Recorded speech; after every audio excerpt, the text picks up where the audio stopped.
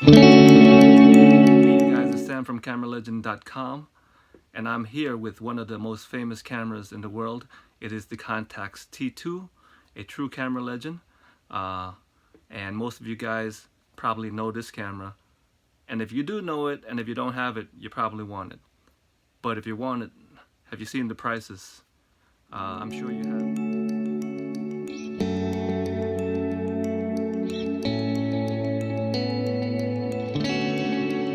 Which is getting a little ridiculous.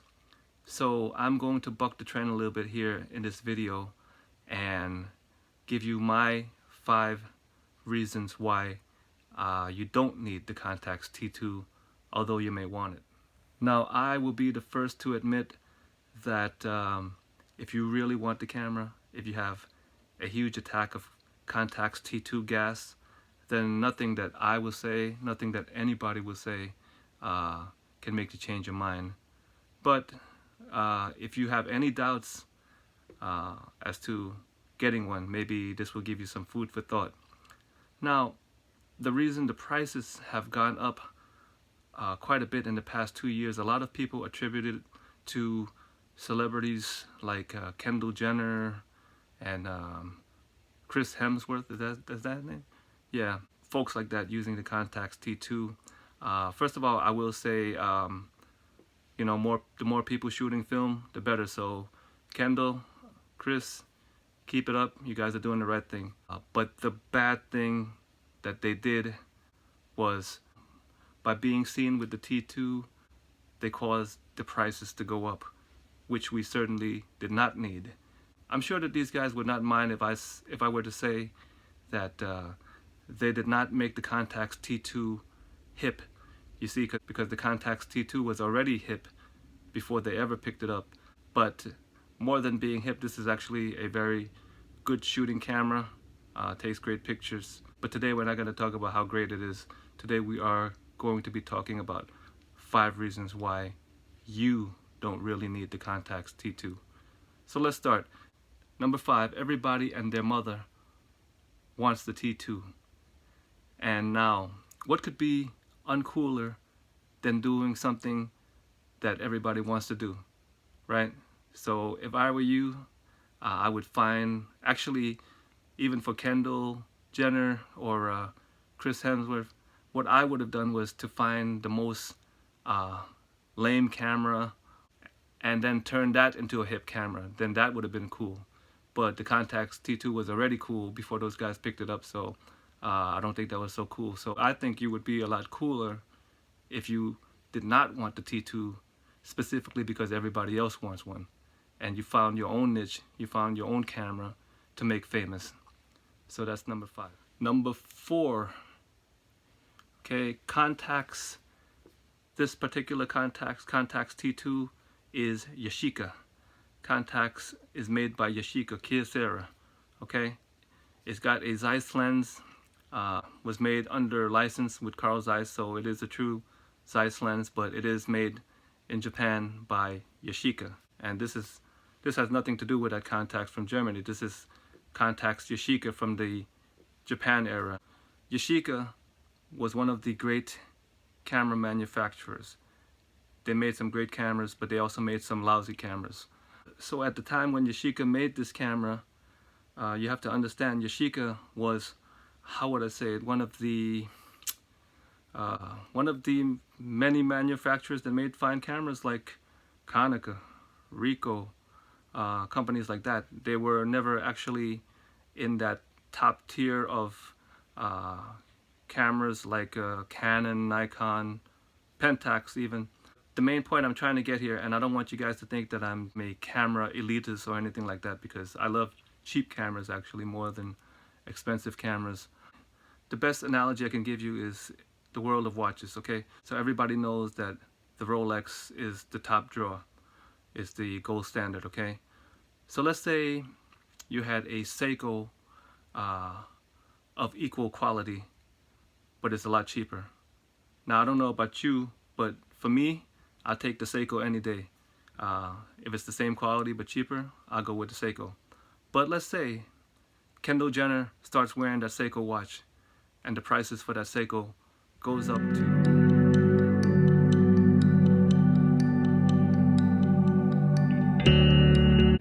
So what I'm trying to say is, now that the prices have gone up so high on these cameras, you must keep in mind that you are paying like $1,000 or more for a Yashica.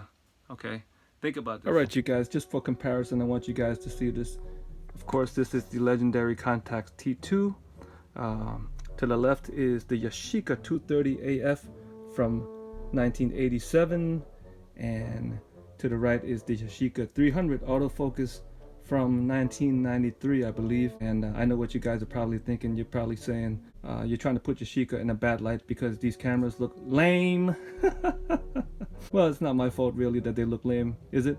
But these two would have been probably top Yashicas in their day. I chose them because they specifically come from the timeline in which the CONTAX T2 was born: 1987, 1990, 1993.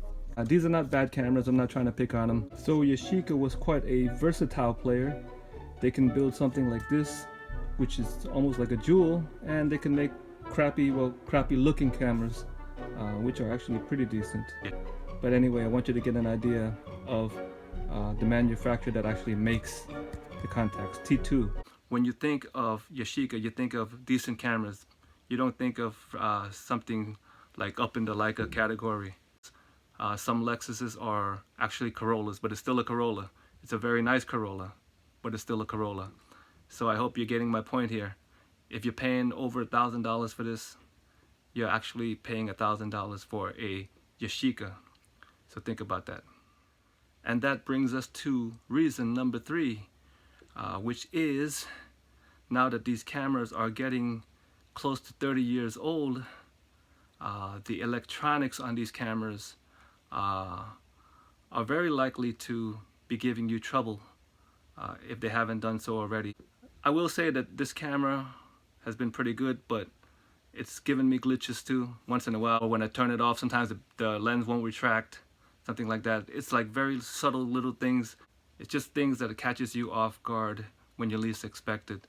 And that's what I mean by glitchy electronics. I've used CONTAX since the mid-90s, so even in their heyday, they were already giving me glitches. There's only a couple of places that I know that will repair them. Actually, only one place that I know. You can find that out in the blog, but I'm sure you guys already know. Here's the thing, if it's something simple to repair, then a competent repair shop can do it. But the thing is, if it's something specific, circuit, things like that, since these cameras are already scarce, it's very likely that you may end up not being able to repair it, which would leave you with a very expensive paperweight, and that's probably not something that you would want. Reason number 2 why you do not need the CONTAX T2. Okay, for the same $700, or if you're paying $1,000 or more for one of these cameras, you can get a lot better camera for your money than this. And what I mean by that is you can get more for your money than this. But for example, you could possibly pull a CONTAX G2 and a lens for the same price that you would pay for this, and I'd much rather go with that. Now you might say that, oh well, I want this one because it's compact or whatever. I mean, yes, it is. It's pocketable, but just about barely pocketable in the jeans. If you have a big coat, there's no problem.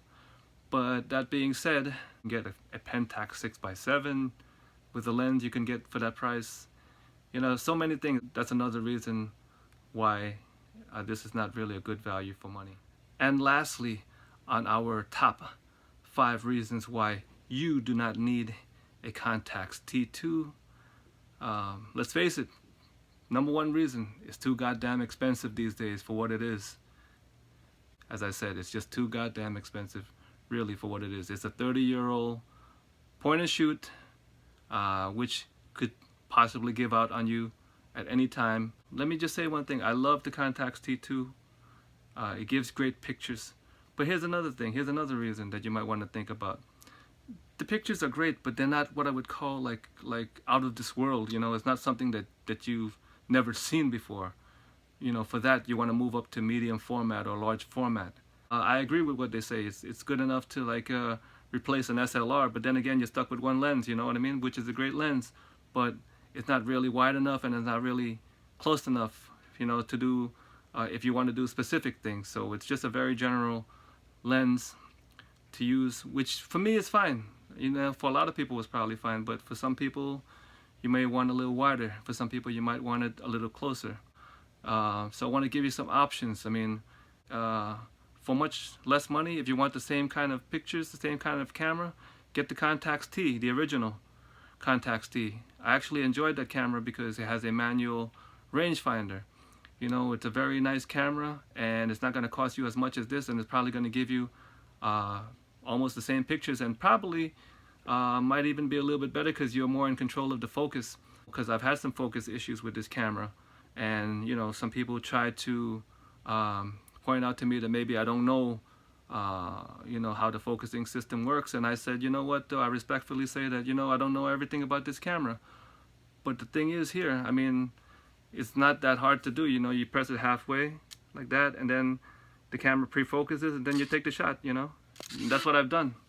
A lot of times it's still out of focus, and you know, when I get a great shot, I'm happy with it, but at the same time there are many times when it doesn't focus. Well, I don't really know, you know, if it's me or if it's the camera. You know, I actually would like somebody to look at it, but I don't want to send it in because I'm afraid, like, you know, they might mess around with the camera. So you know, just like with the dream lens, I know what you guys are thinking. Yeah, you guys are thinking, yeah, it's easy for you to say that because you got the T2. Well, yeah, I guess I'm stuck with it, but I'm just doing. But anyway, here's the deal.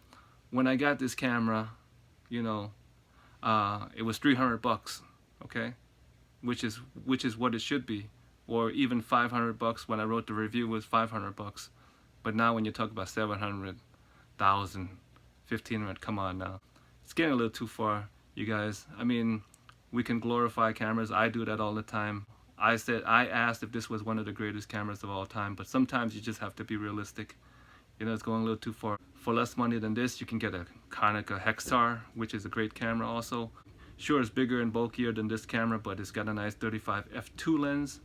You get almost an extra stop. Just because Kendall Jenner and Hemsworth are shooting this camera, just because they're shooting this camera doesn't mean that, you know, you should shoot it. Why should we worship celebrities, really? I don't really get that, you know. Sure, you know, I would say one thing. Kendall has a good eye. I like her photography. But here's the thing, though.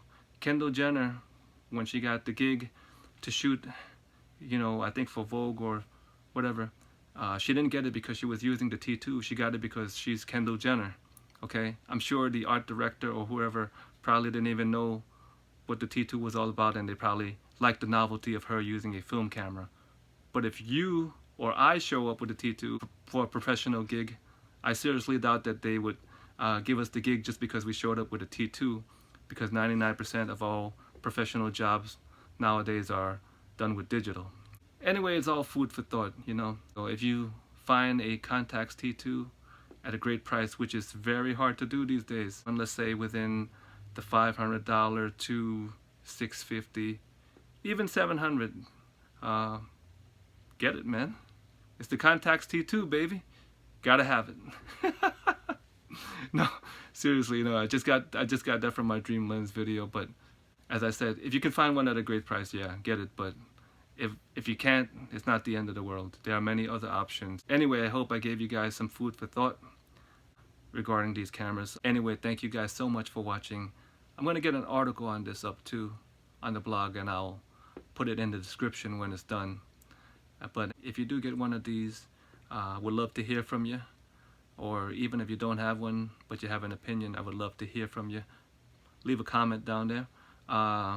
Please be civil though, because I know there are a lot of crazy passionate people who get really upset if you just say something that they perceive as being negative about their favorite camera brand.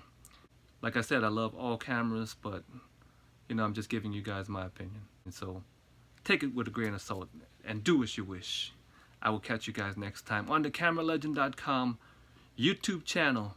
Oh, Kendall Jenner, eat your heart out, baby. Hey guys, this is Sam, and you're watching the CameraLegend.com YouTube.